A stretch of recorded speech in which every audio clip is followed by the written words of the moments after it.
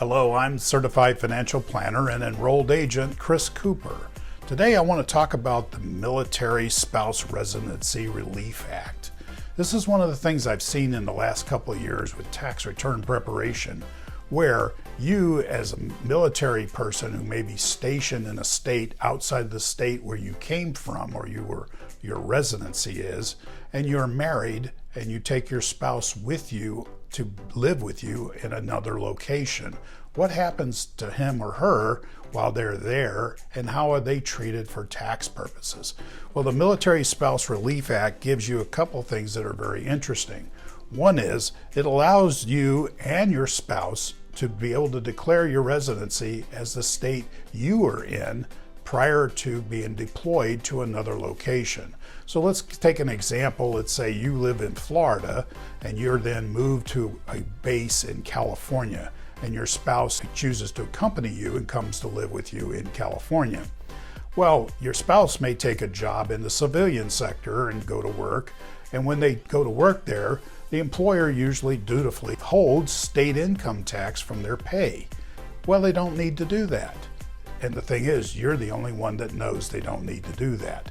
So what happens is you need to do one of two things. One is you'll end up filing a tax return as a non-resident for that state and getting a full refund of state withholding taxes from that state, because your state of residence is not the same state where you're stationed at, nor where your spouse is living with you.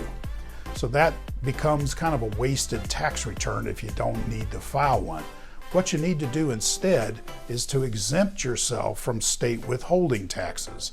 And how you do that is with the equivalent of that state's W-4 form. The W-4 form is what we use for withholding taxes for the federal purpose, but the states each have their own version of the form, so you'll need to perhaps fill that form out, and you may have to do it every year that you're in the state that's not your domicile state or your resident state. So this way, you don't have state taxes withheld. You would then have to pay state taxes to the state you came from, or your resident or domicile state, if it happens to have one. In the example I gave, Florida doesn't have a state income tax, so there would be no state tax withholding or state tax filing required of you. So those are kind of an interesting ways of planning, but you have to do the exemption so that you get out of having to file the non-resident return. You may need to do that requirement of having the exemption each year that you're working in the civilian sector, but that is not that big of a deal as long as you do the forms every year. You won't have the state withholding taxes. Now, the Military Spouse Residency Relief Act will not come into play if the service member leaves the service. So let's say you retire from the military in mid-year, then that no longer applies to your civilian spouse. The couple could divorce. That would also then mean the spouse that worked in the civilian sector would no longer have this exclusion.